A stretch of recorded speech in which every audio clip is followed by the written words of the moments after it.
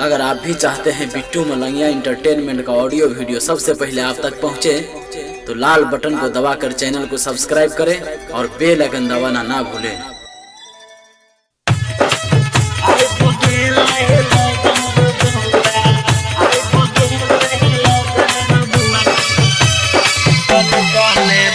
अपने सब सुन रहा छी बिट्टू मलंगिया एंटरटेनमेंट के। आइब गेल है लगन रे बउआ, आइब गेल है लगन रे बउआ, कले कले बियाह तो नीक रो, कनिया मिलत हो ठीक रो। आइब गेल है लगन रे बउआ, आइब गेल है लगन रे बउआ, कले कले बियाह तो नीक रो, कनिया मिलत हो ठीक रो।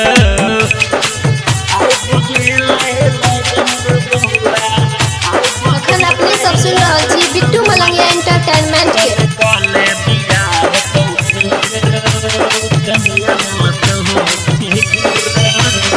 क्या नाम है आपका? Music wise Raja, music wise Raja. SK recording studio Delhi Chhatarpur. दहेज में तोहरा भेटतो गाड़ी, एगो पल्सर या पचीर, मरवा रोसाही पर सासू जी गछतो, तोरा जर्सी बाछीर। हो तो बड़ा सुख रे बउआ, हो तो बड़ा सुख रे बउआ, कले कले बियाह तो नीक रो, कनिया मिलत हो ठीक रो।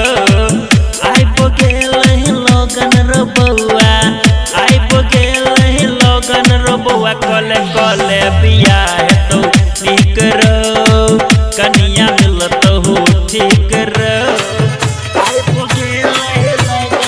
अखन अपने सब सुन रहा छी बिट्टू मलंगिया एंटरटेनमेंट के।